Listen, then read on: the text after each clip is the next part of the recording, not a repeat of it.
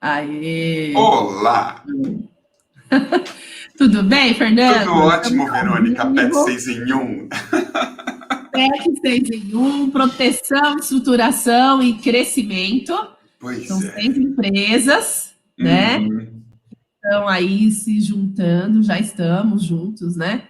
Para ajudar nos pilares mais estratégicos das empresas, né? Exato. Principalmente aí. A ideia é solucionar, é ajudar a desenvolver, a crescer, a sair do buraco muitas vezes. E a gente está aqui para Exato, porque isso. a gente está vivendo aí um momento de pandemia, mas a gente sabe que crise numa empresa não é só na pandemia, né? Tem Uhum. outros momentos, outras situações que levam a empresa a entrar em crises que precisam ser tratadas e solucionadas, como você disse. Pois é. Então, o nosso PEC 6 em 1 tem essa proposta de trazer consultorias especializadas, boas, de qualidade, de propósito, né, que leva para as empresas uma estruturação de crescimento e forte, né, que eles fiquem firmes, protegidos aí para realmente fazer com que suas empresas aconteçam para aquilo que elas nasceram, né, que é como diz a Claro. lucratividade, as empresas nasceram para lucrar, né? Uhum. Então é nessa linha aí. Ô, Fernando, conta pra gente quem são as 6 empresas que participam aí do PEC. Primeiro vamos falar de nós dois, ou já fala dos seis? Bom, falando do. Tem a Lucrativité, que cuida toda a parte de lucratividade, né? De análise de como a empresa pode, com o que ela já tem, melhorar seu resultado. Você tem também a Jaguar Contabilidade, que cuida da estruturação da parte não só tributária, mas de custos, de análise. De todas as contas contábeis, como administrar tudo isso.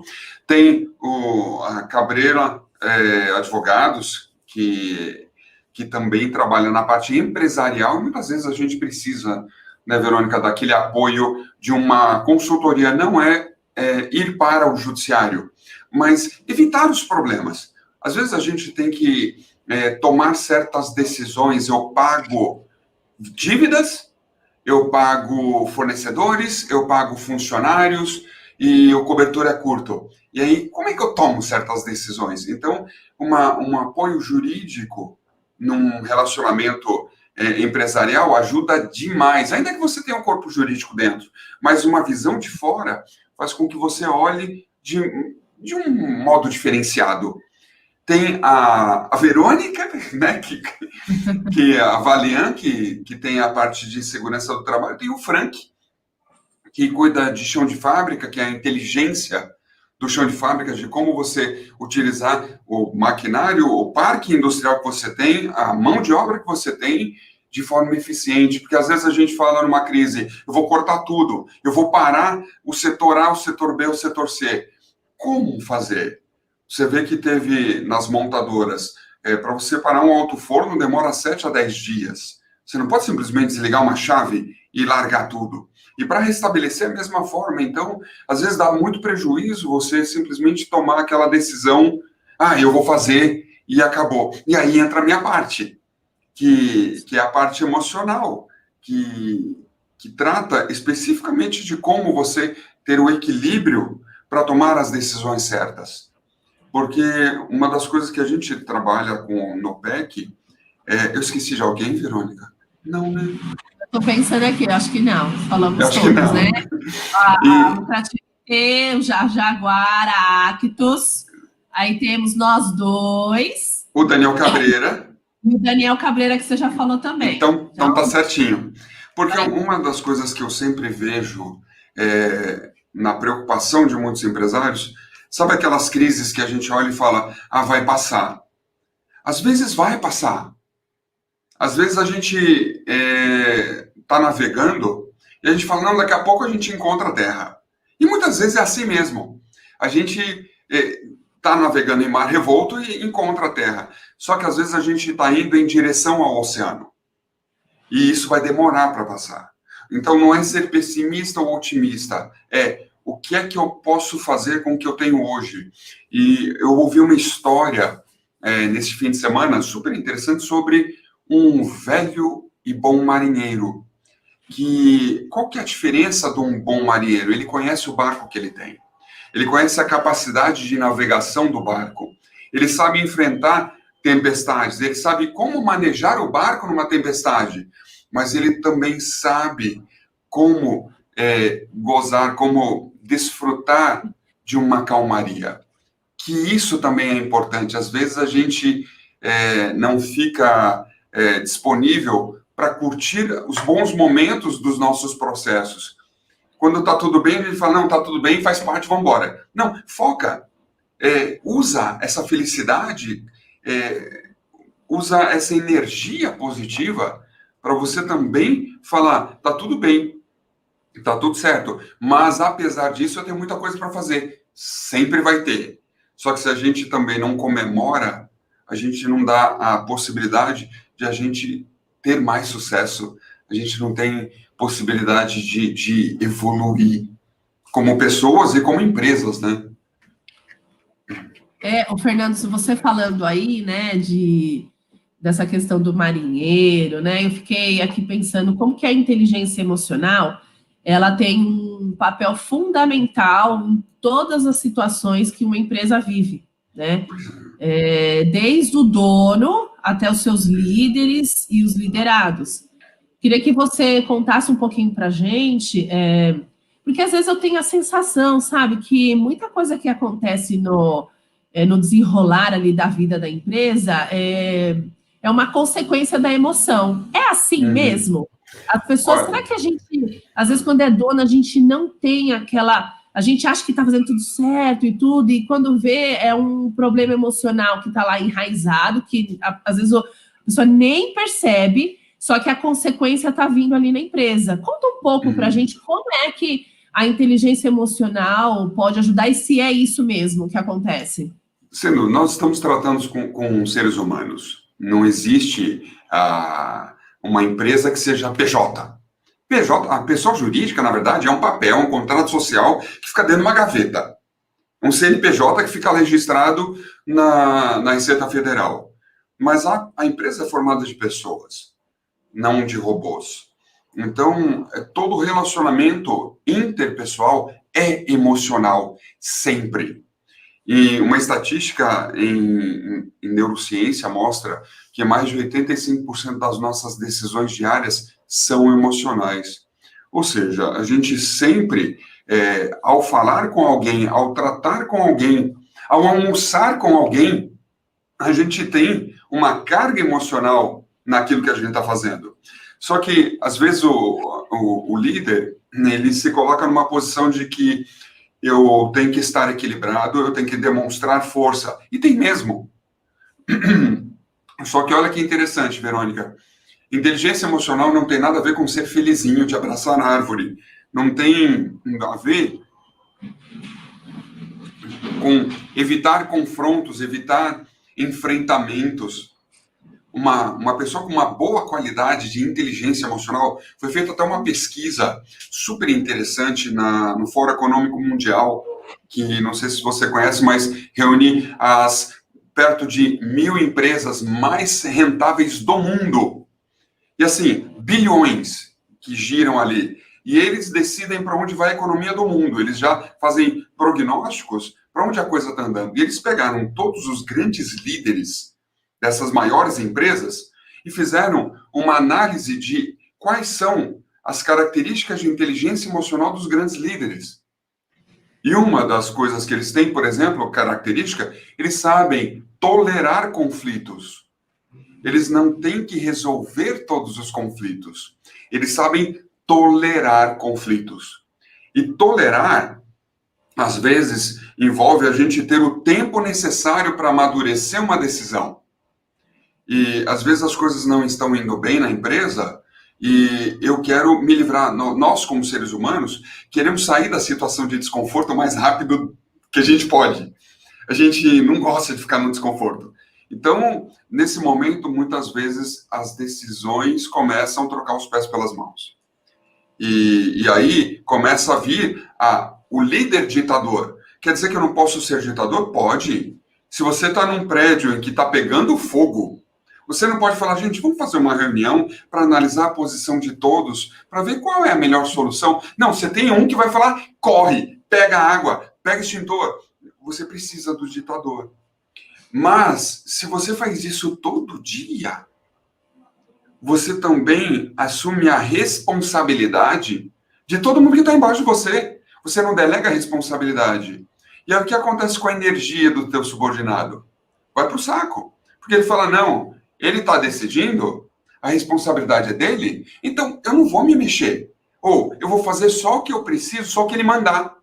Eu não vou dar ideia, eu não vou evoluir, eu não vou fazer um pouquinho mais pela empresa. E tudo isso você vê, são questões emocionais. Por que que um funcionário fala, ou um diretor, ele fala, não, eu não vou me mexer porque o presidente está mandando eu fazer? Porque ninguém gosta de ser mandado. Porque numa conversa, num conflito, a gente tem que saber o momento de pedir, o momento de escutar, o momento de mandar, o momento de decidir. Então, para isso que tem o PEC 6 em 1, para isso que nós temos a sala de guerra. O que é essa forma de olhar para os problemas? É de você ter a chance de usar o seu medo a seu favor, usar a sua raiva a seu favor, a frustração que te traz a tristeza a seu favor. Fazendo o quê? Estando com outras pessoas, como se fosse um conselho de administração, mas não é. Porque a gente somos pessoas de fora que olhamos para dentro da tua empresa, para dentro do teu business e falamos, olha, existem possibilidades, mas nós gostaríamos de conversar. É uma conversa, não é uma definição, não é um relatório, não é uma assessoria que a gente vai lá e fala, olha, essa é a análise que a gente fez, agora se você quiser, faz, se você não quiser, não faz. Porque a carga emocional, ao dividir com essa pessoa, essa não a responsabilidade, mas a possibilidade de desenvolver é muito grande. Então, esse é o nosso grande papel. As pessoas têm essa necessidade de trazer o equilíbrio emocional, que é a inteligência emocional. E só para falar, Verônica, às vezes as pessoas não sabem o que é inteligência emocional, né? Inteligência emocional, ela tem 5 grandes características. A primeira delas é entender o que eu estou sentindo naquele momento. Se é frustração, se é raiva, se é medo, se é tristeza, se é alegria, se é surpresa, se é aversão, ou o ranço, né, o nojinho. Cada uma das emoções básicas, porque quando eu começo a entender o que eu estou sentindo, eu também começo a entender o que as outras pessoas estão sentindo. Então, esse é o primeiro passo. E a partir do momento que eu entendi o que eu estou sentindo, eu vou para o segundo, que é entender qual é o gatilho que me fez sentir daquela forma. Por que raios eu estou sentindo isso?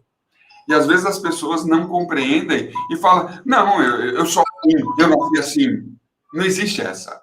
Ninguém nasceu, eu falo que todo mundo nasceu pelado com um HD zerado. Ninguém nasceu sabendo nada. Ah, não, mas eu sou espanhol, eu sou estourado, eu sou explosivo. Não.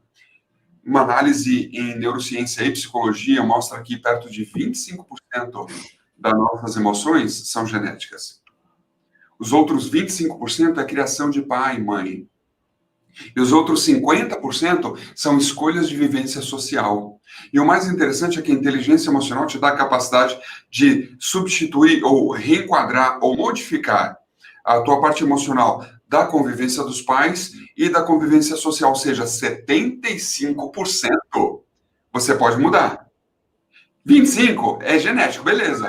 Então, vem com essa desculpinha de que não, eu sou assim porque eu sou nordestino, ou porque eu sou italiano, que eu sou bravo.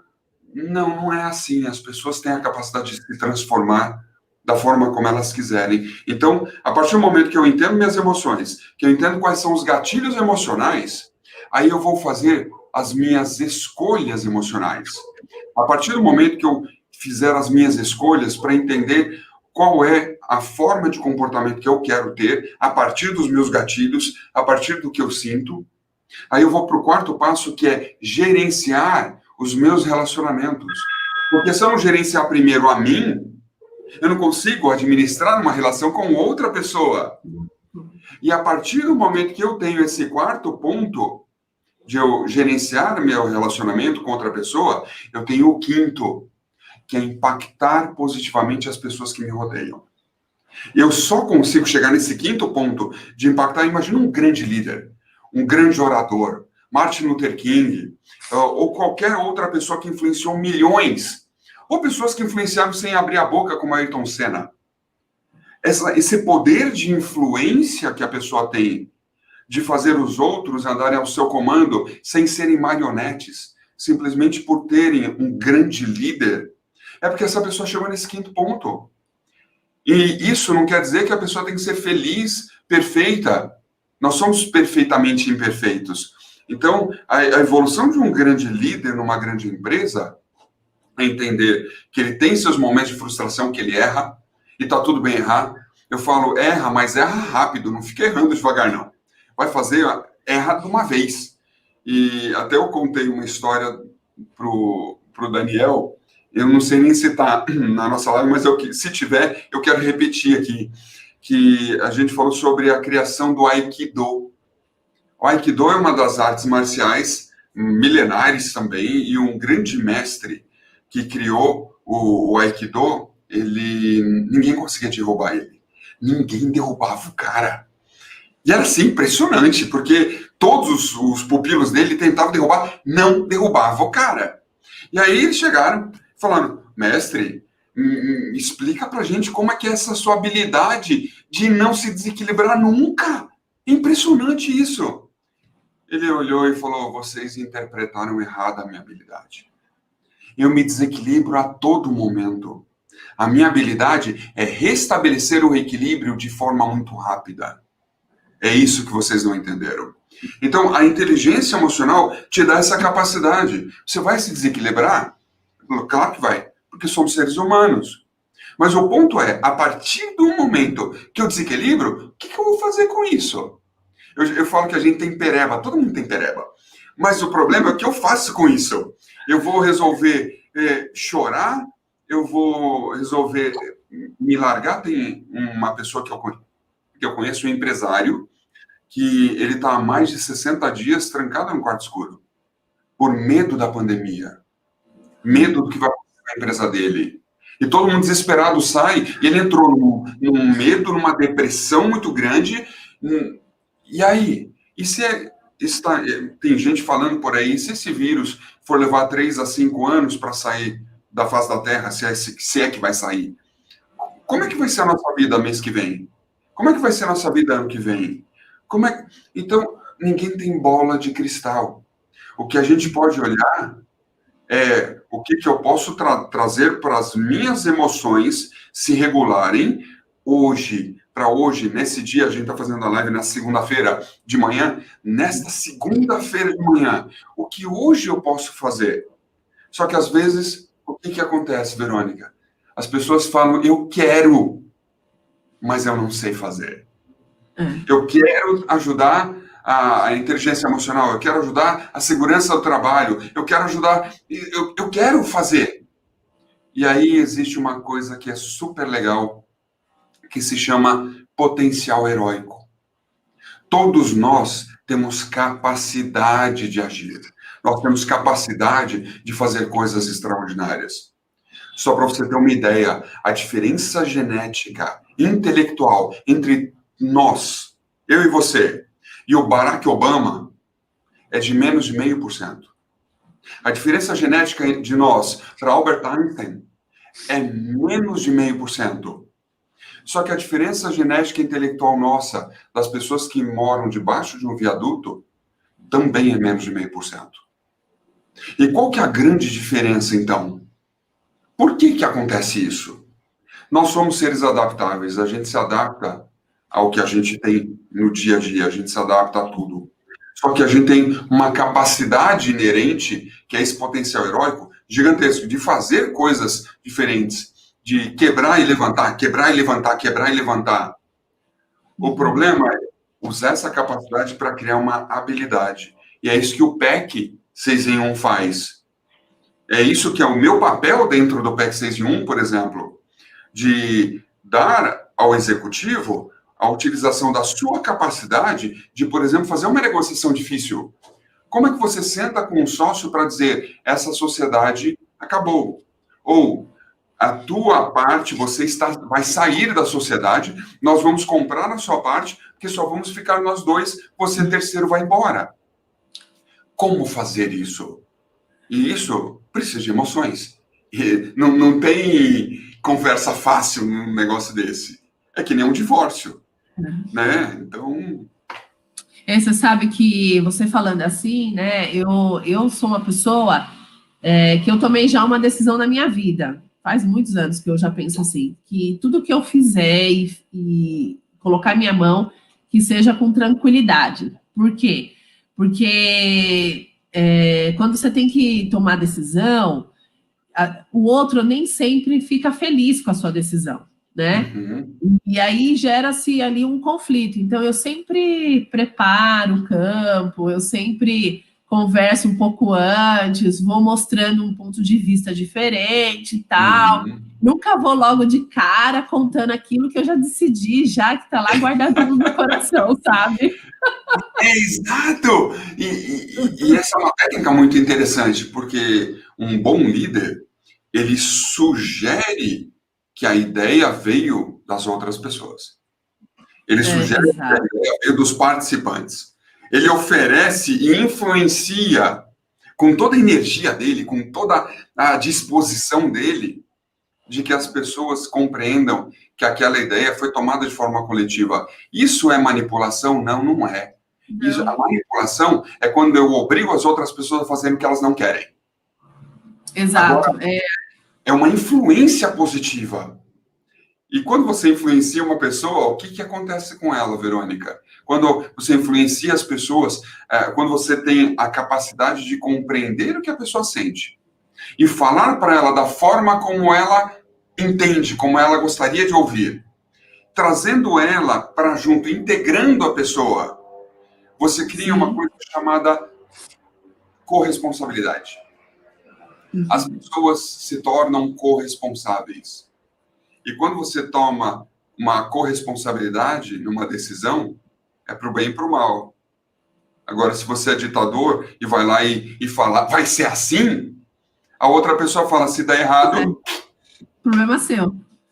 Ô, Fernando, você sabe uma coisa que eu penso, né? Esses sentimentos do ser humano, da gente, né? Eles são muito naturais na minha visão. Às vezes eu fico pensando assim, o povo coloca tanto nome para as coisas, né? Uhum. A gente está tão cheio de tantas coisas que parece que a gente está tendo que transformar o sentimento numa escola, né? Tipo, numa matéria dentro de uma escola. Mas é tão normal você ter o seu sentimento, né? E agir. E se você é uma pessoa que vive por princípio, você não está muito preocupado se está certo ou errado, porque vai estar certo.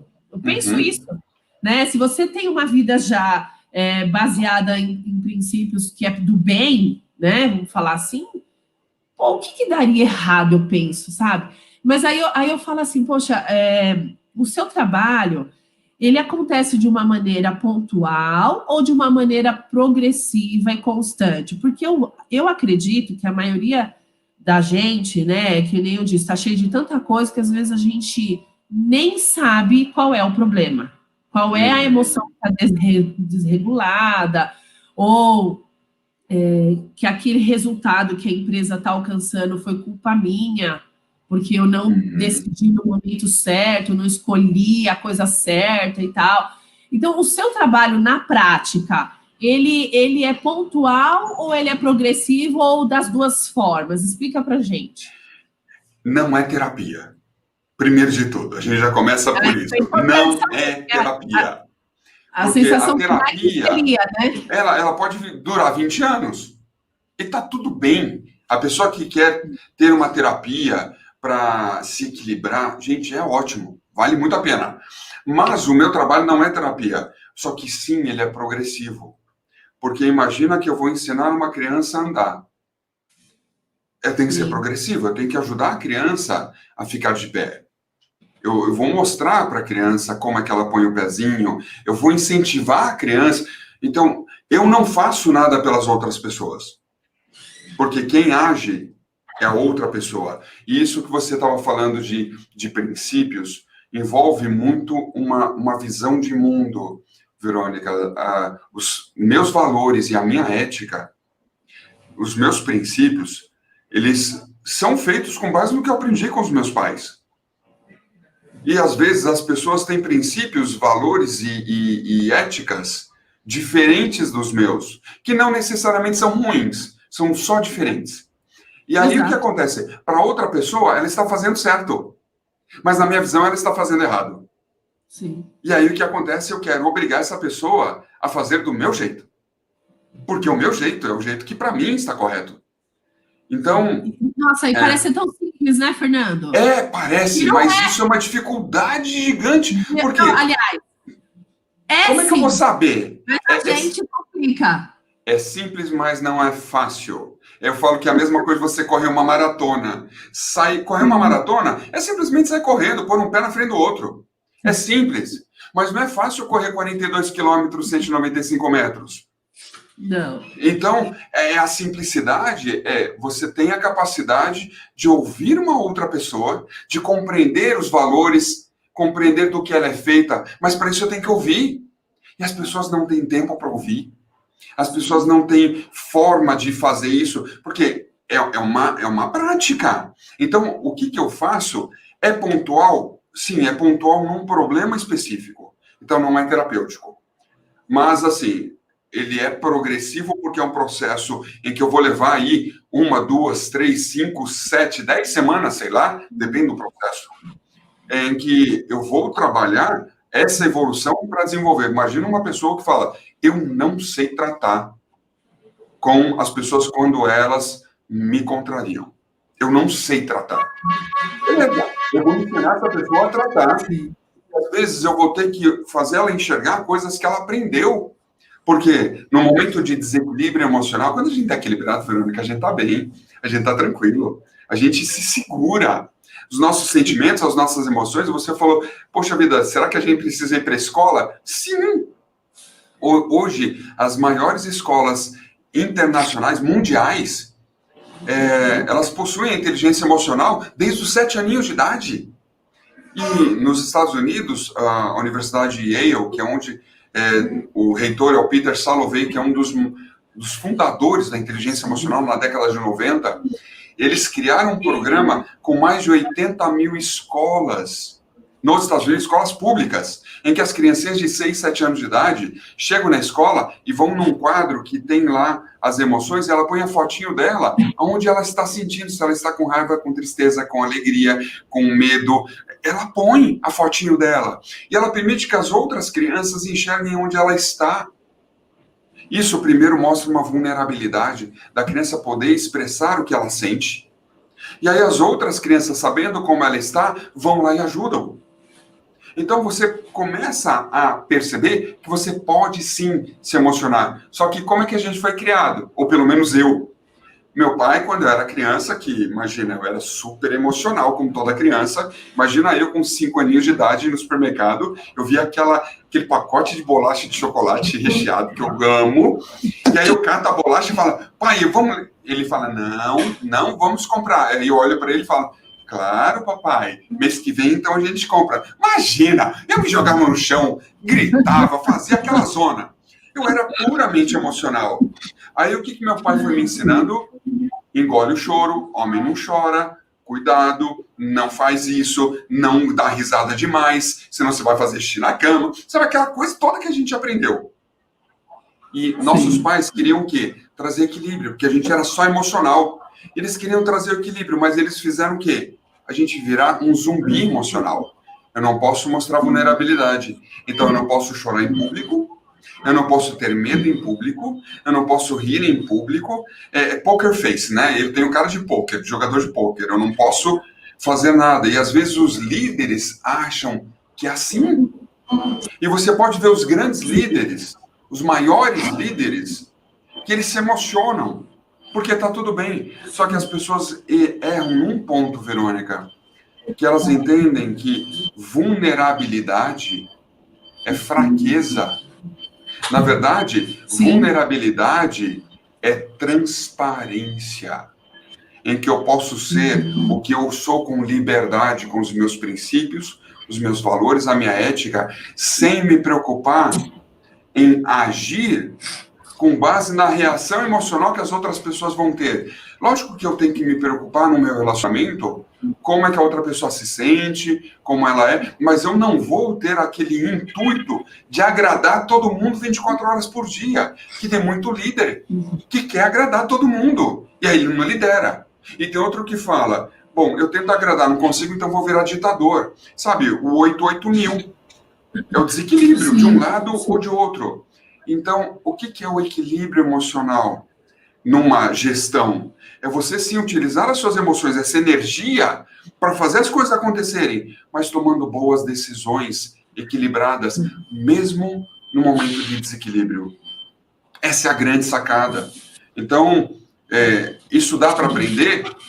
Dá para aprender. Quem não nasceu sabendo. Ninguém nasceu.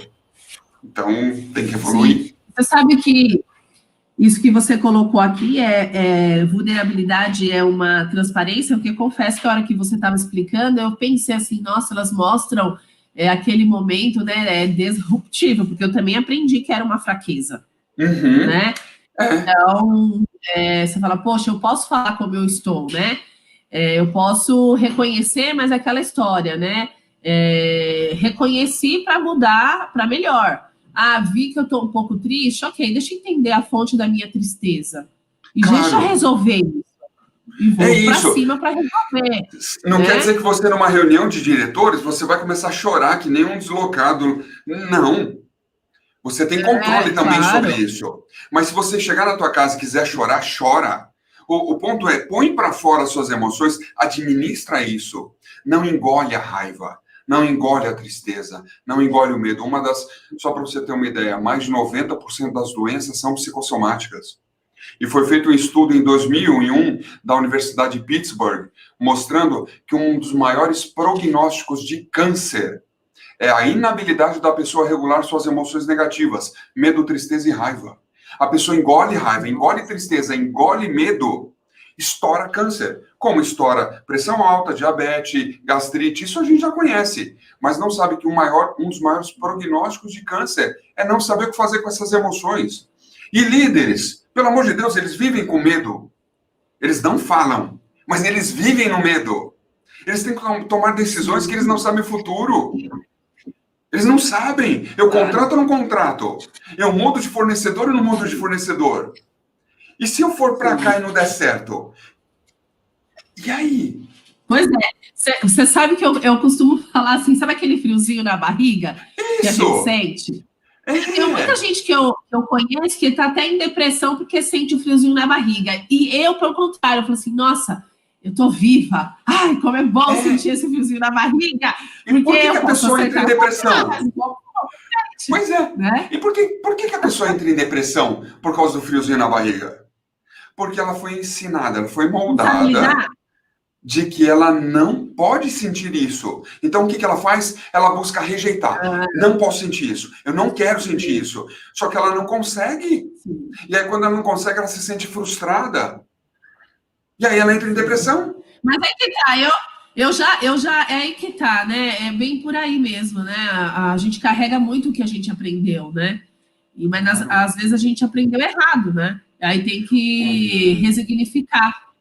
E essa é uma coisa legal. A friozinho na barriga, pra mim, é noção boa. Não é ruim. Eu falo, puxa, tá certo o que eu tô fazendo. Quando vem aquele friozinho na barriga, eu falo, tá certo, eu vou seguir. Porque dá medo, por isso que vem o frio. Exato. Isso é o padrão de comportamento que a gente aprendeu. E uma das coisas que o medo nos faz é dar a capacidade de a gente, sem saber para onde está indo, analisar com responsabilidade para onde a gente está indo. Porque se eu tivesse friozinho na barriga, eu pegava meu empréstimo no banco hoje, fazia isso, fazia aquilo, sem me preocupar. Ou eu pegava o meu carro e dava 200 por hora na 23 de maio. Eu não tenho medo. Na verdade, eu estou sendo um irresponsável. O medo traz responsabilidade. Mas o medo não pode te travar. O medo não pode te fazer ficar de conchinha numa cama, tremendo, pelo amor de Deus, passa essa pandemia. Não adianta. Ou você arregaça a manga e vai fazer o que você precisa fazer por sua responsabilidade, ou as coisas não vão acontecer. Ninguém vai vir fazer por você. Você não é uma pessoa que as outras pessoas vão agir para te transformar. Se você quer se transformar, você faz. É você. Eu não transformo ninguém, eu não mudo ninguém no processo de inteligência emocional. Eu dou todas as ferramentas, eu falo que eu tenho um farolete. E eu fico com o farolete mostrando o caminho. Mas quem é que vai andar o caminho? É outra pessoa, eu vou ajudar muito. A pessoa não vai estar sozinha. Sim. Mas se ela não quiser andar, por isso que não é terapia. Na terapia você vai num terapeuta para que ele te ajude a melhorar. Ou você vai num médico para ele te dar uma terapia medicamentosa, te dar um remedinho. É para o médico resolver o teu problema. Na inteligência emocional, eu ensino a pessoa a ela resolver o problema, para ela não ficar dependente de mim. Ela não vai ficar dependente de mim, ela vai aprender para continuar fazendo e ensinar as outras pessoas a fazer o que ela aprendeu. Essa é a grande diferença. Sim. Você falou sobre transparência, né? E a transparência é um dos valores na Valean, sabia? Né? E eu falo porque eu gosto muito que a gente trabalha com a proteção da vida, né? E do patrimônio das empresas. E muitas vezes a pessoa encara isso como um custo dentro da empresa. Só que quando você olha pelo âmbito da vida, né? De você realmente trabalhar com segurança, aquilo tudo, ele o investimento que você coloca financeiro nos equipamentos de proteção individual, coletivo, na implantação dos comportamentos de segurança, você vê que é bem pouco em relação ao quanto vale a vida. Claro. Então, o que a gente fala, né? A gente procura levar essa transparência, porque eu falo, a Valean, ela existe para levar uma consciência do que é importante ser feito dentro do seu processo produtivo, para garantir a integridade física do trabalhador e proteger o patrimônio do empresário. Né? Claro. Então, eu penso assim, se não há ali transparência em como você passar a norma, a lei, o porquê que ela existe, o que está por detrás da regra, fica sem sentido. E aí eles começam a entender que é um custo, não é um investimento. Né? Com certeza. E é isso que a gente vem mudando na consciência do pessoal, por isso que a transparência. Porque eu falo, se tem algum cliente que vem com esse pensamento, eu gosto mais desse cliente. Porque eu penso, nossa, como eu tenho trabalho aqui. Como a gente tem amplamente situações para mostrar de que é diferente do que ele foi ensinado a vida inteira. Porque é do jeito que é ali, talvez porque veio vindo, né? De geração em geração, às vezes, porque é isso que você está falando, às vezes os donos das empresas, e na segurança do trabalho eu vejo muito isso, não sabe como fazer, sabe? A gente vira e mexe, chega numa visita e o dono da outra empresa fala assim, escuta, quando é que vai flexibilizar essas normas? Por quê? Porque foi pregado de que ela é um exagero. Mas peraí, né? Será que é um exagero mesmo, sabe? Né? Esse é um papel muito importante da Valean, que envolve a parte emocional, que, na verdade, você encontra os empresários num nível de... é um ignorante inconsciente. Ele não sabe o que ele ignora. Então, um ignorante inconsciente não tem medo. Mas ele não tem medo porque ele não sabe o tamanho do pepino que pode ter. E depois ele quebra. A maioria dos empreendedores que quebram é porque eles são ignorantes e inconscientes. A partir do momento que você tem essa transparência de mostrar para eles, eles se tornam ignorantes conscientes. Eles falam, meu Deus, eu não sei fazer isso, mas agora eu percebo que eu não sei e é importante. Eu sou ignorante consciente. Exato. Aí começa a gerar o quê? Um medo dentro dele, mas não um medo que trava, um medo que traz responsabilidade, que faz com que isso suba na hierarquia das prioridades. Porque a prioridade só vai aparecer se o medo entrar. E o medo só vai entrar se ele sair de ignorante inconsciente para ignorante consciente. E como é que ele acaba com esse medo?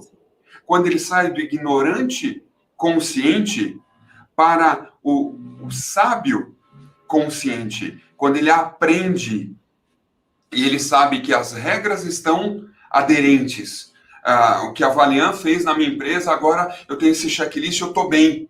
Eu respiro mais leve. Ainda não estou totalmente leve. Eu respiro mais leve. Até que isso, depois de um tempo, vira uma sabedoria inconsciente, que é quando ele incorporou isso dentro da cultura da empresa. E aí ele não se preocupa mais com isso, porque isso já está no DNA da empresa. Então, é um processo evolutivo, mas envolve o medo. Se você não colocar o medo nessa transparência, ele não vai compreender que aquilo é essencial. Porque ele é um ignorante inconsciente. Mas você sabe que é exatamente isso que eu faço nos clientes, né? Aqui, nossa equipe toda da Valian. Por quê? Porque uma vez que isso se torna um hábito que vem da inconsciência dele, ali ele faz já naturalmente, sem muito esforço, de fato, teve essa aderência entre a teoria e a prática. E uniu e todo mundo respira aquilo, né? Todo mundo vive daquele clima seguro que tem na empresa, se torna uma coisa natural, não é nada forçado, né? E é isso Exatamente. Que a gente busca, porque você sabe que o nome Valian, ele vem de o V de valor, o A de agregado, e o Lean é Lean de manufacturing, né? De enxuto. Por quê? A gente sempre pensou assim, não, a gente existe para agregar valor de forma personalizada, enxuta mesmo, não é nem para mais e nem para menos. Porque como a gente trabalha com legislação, né? Sempre tem aquela coisa de que as pessoas acham que a gente está exagerando, né? Não é exagero, é o que é necessário, né? Então, a gente, esse nosso nome, Valian, tem esse significado, né, que a gente leva. É claro que se a empresa, ela já entendeu o quanto a segurança do trabalho é impactante no seu sucesso, é impactante no lucro que ela vai ter, porque, de fato, isso é transformado em lucro, porque quando a pessoa está trabalhando consciente dos seus atos, ela trabalha melhor. Quando ela trabalha melhor, ela erra menos, né? E ela errando menos é mais produtividade. E no final, isso se transforma em lucro. Porque um acidentado que fique ausente da empresa é um prejuízo muito grande, porque não é só as custas, ou somente a pessoa que está afastada, que também está com ficou alguma situação debilitada, não é toda a cadeia produtiva que é impactada naquela ausência daquela pessoa, né? Então, o nosso papel é ajudar a evitar isso. Então, a gente trabalha nas duas frentes, desde o empresário, porque, infelizmente, essa é a verdade, se não vem de cima para baixo, na hierarquia, a cultura ela não é implantada. Por mais que você tente, ela não é implantada. Se o dono lança uma piadinha ou ele fala alguma coisa que dá o descrédito àquele trabalho que está sendo feito, já era. Porque, olha, muitas empresas que são nossos clientes, que a gente dá consultoria mensal para eles falam assim que a parte médica sempre funcionou bem e tudo, mas a parte da engenharia é uma parte que eles não sabem. A pessoa manda entregar pelo correio o documento e fica lá e tudo bem. E aí eles vêm para a Valian com essa expectativa. Por quê? Porque a nossa presença é outra. A gente explica... Porque eu acho que essa transparência ela é fundamental para que a segurança seja vista como algo essencial e inerente ao core business da empresa. Então, eu procuro ensinar mesmo. A gente acaba sendo professores dos donos de empresa, tá vendo? Isso é por isso, aquilo é por aquilo, isso liga com aquilo outro, não é à toa que essa lei foi complementar com aquela lá, mas vamos entender o seu negócio, como que ele tem que ser tratado. Então, a gente acaba fazendo uma engenharia muito mais forte dentro das empresas, e a medicina, ela acaba sendo complementar, porque um funcionário, um colaborador, uma pessoa só vai fazer um exame médico de altura ou um exame de sangue, porque depende a exposição do risco que ele se encontra. Se esse ambiente não foi bem avaliado, ele vai estar fazendo exames em exagero, que não tem necessidade. E aí, uma vez que você também mandou fazer outros, é como se você estivesse assumindo um risco que não existe. Então, assim, não é também tão simples, eu faço a mais porque eu quero, tá, não, peraí, vamos analisar, né, de fato, se esse a mais, às vezes, ele não impacta em mudanças. Vamos usar essa energia que está sendo colocada nesse a mais que não impacta em mudança e aí trabalhar algum processo que precisa realmente ser impactado, que as pessoas precisam ter uma consciência maior do risco que existe lá. E esse é o trabalho que a nossa engenharia faz, porque não é só entregar um papel com o PPRA, não é só entregar um papel com o Programa de Controle Médico lá da saúde ocupacional, que é o famoso PCMSO. Não é. É muito mais que isso. É você realmente saber que a sua turminha lá, os seus colaboradores, eles estão seguros, saudáveis. E o resultado é a empresa seguir, porque eu acho que aquela era, né, de que a pessoa tem um emprego, já era, isso não existe mais. Acho que as pessoas precisam acordar e falar, pô, eu tô aqui e eu tenho um papel fundamental, não importa a função que a pessoa exerce, ela tem um papel fundamental para a engrenagem girar. É o que eu falo aqui na Valean, falei assim, nós temos uma engrenagem. Se uma peça está com problema, a engrenagem inteira dá pau, né?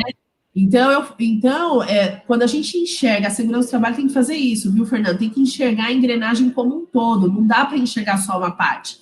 Quando a gente fala de gestão em segurança do trabalho, eu tenho que saber de ponta a ponta o que aquela empresa faz, né? Qual é o segmento dela, como que ela atua, desde qual é o fornecedor, quem é o cliente, como os funcionários trabalham, não é só ali naquele miolo na produção, não, tem que entender o todo. E a nossa engenharia, ela tem essa função de ser bem analítica, porque um início de análise de ambiente bem feito faz essa engrenagem girar, assim, bem fácil, sabe? Sem muitas complicações. E aí, os anos vão se passando e vai ficando tudo certo, né? Pois é. E a gente realmente é orientativo. Eu gosto sempre de metáforas, de comparativos, disso, tudo que você está falando me veio enquanto você falava. Eu lembro, vou entregar minha idade agora, né? Na década de 80, quando eu comecei a ter aula de volante, eu lembro da também época... vou entregar a minha, né? Quando eu estava na barriga da minha mãe. Eu lembro da época em que ninguém usava cinto de segurança. E aí veio uma legislação dizendo que tem que ter o cinto de segurança. E aí o que as pessoas faziam? Eu lembro de fotos das pessoas usando a camisa do Vasco, porque tinha uma faixa preta aqui, e aí a pessoa ficava com a camisa do Vasco, porque fazia de conta que eu estava com o cinto de segurança. Tinha outras pessoas que jogavam o cinto de segurança, prendiam ele na parte de cima, e jogavam o cinto sem travar, só jogavam por cima do corpo para mostrar que eles estavam cumprindo a lei. Hoje, não existe um ser que entra no carro e não põe o cinto de segurança. Porque a consciência dos acidentes, do airbag, de todo o habitáculo, você tem risco. E você aprendeu e criou uma cultura de como tratar desse risco. Mas é aquilo que você falou também, você não pode ir no exagero. Porque a pessoa que tem exagero fala, não, eu não vou andar de carro, porque o carro posso morrer. Claro que pode. Toda vez que você entra no carro, você pode ter um acidente fatal. Sempre. No avião, numa bicicleta, ao sair da cama. Se a gente for fazer isso, a gente não sai de casa. Então, o risco ele tem que ser num nível controlado, num nível aceito.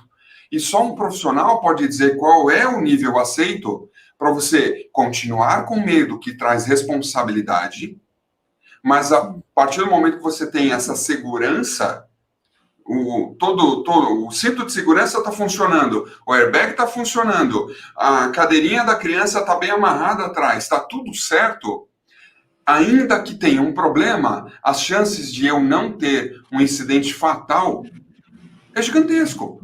Então, essa forma que eu entendo o trabalho de vocês de criar cultura, que tem muita gente hoje ainda que está com a camisa do Vasco nas empresas, e Sim. falando que eu tenho o papel e está tudo bem. Exato. Você tira o papel, eu lembro, eu trabalhei na Bridgestone durante muitos anos, 11 anos aqui na fábrica de pneus, e eu lembro que quando vinham os japoneses, né, os presidente, vice-presidente mundial, a gente pintava de branco a fábrica. Todo mundo pegava e ia pintar a fábrica de cabo a rabo. Ela ficava um brinco. E aí, quando eles iam embora, lógico, a gente trabalhava com negro de fumo, aquilo virava aquela coisa. Então, às vezes as pessoas só pintam a parede, no caso da segurança do trabalho, só para fazer uma boa foto. E esse não é o princípio. Você quer sustentabilidade no seu negócio? Então, entregue quais são os seus valores, quais são os seus princípios, qual é a sua ética, que você vai utilizar para fazer com que isso se eternalize. A Bridgestone aqui em Santo André, eu lembro de um dos presidentes, eu passei por 5 presidentes lá, e a fábrica ela foi criada em 1910, aqui no Brasil.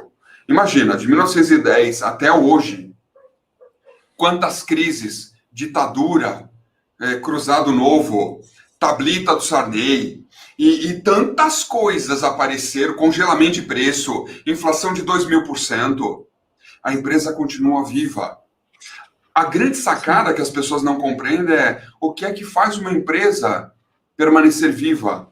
É ter o medo, mas saber usá-lo. É ter princípios e valores culturais de sustentabilidade. Eu entendo que a Valiant faz isso, de dar à empresa a possibilidade de sair da ignorância inconsciente e ir para uma sabedoria consciente. Então, parabéns pelo excelente trabalho que vocês fazem. Mudança estrutural na empresa. Eu falo, né? A gente começa dentro da nossa casa, né? Porque a gente tem os nossos colaboradores e constantemente toda semana, sexta-feira, a gente tem uma conversa com eles, porque se eles são da área, eles precisam trabalhar por princípios. E a gente sempre busca isso, ensinar para eles, né? Porque a gente encontra de tudo, né? Então, só que a gente não pode fugir o foco da nossa missão, de qual que é o nosso papel de transformar e fazer essa cultura ser algo natural dentro das empresas. E a gente tem conseguido. Nas empresas que recebem o nosso trabalho, nós temos conseguido fazê-los enxergar e eles ficam, isso que você falou, aquele sentimento de leveza, né? Aquele campo da mente que era tomado por uma preocupação, porque será que eu estou fazendo certo? Será que se vier uma ação trabalhista eu vou ser penalizado? Será? Não, quando a gente mostra lá, porque a gente vai da norma 1 a 37, mostrando o que se aplica a ele. Quando ele está com tudo pronto, e uma das características da Valiant é realmente a personalização do documento, né, para aquela empresa, porque tem muita copia e cola no mercado, infelizmente, né? Porque as pessoas querem ter volume, né, de atendimento, até porque aí vem aquela questão de poluição do mercado, das pessoas cobrarem um valor muito baixo e depois não conseguir sustentar a estrutura e tudo mais. Mas quando você quer fazer algo que realmente não impacte numa ação trabalhista que a empresa perca.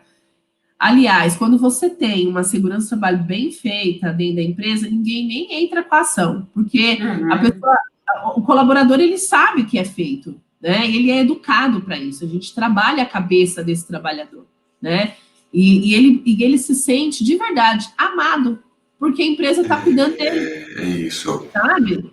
E aí isso gira num clima bom, satisfatório ali, e a gente pegou a empresa que tinha um monte de ações trabalhistas e a gente foi fazendo trabalho, porque não é imediato o retorno, né? Você começa a fazer um trabalho e tal, olha, já tem pelo menos uns 2 anos aí que não tem nenhuma ação trabalhista. Olha como vai mudando a cultura. E ainda que tem funcionários daquela época, sabe? Então são cases que a gente traz aí na nossa história, que mostra que vale a pena ficar firme no foco da missão, que é realmente ter essa consciência da importância da cultura da segurança do trabalho dentro da organização.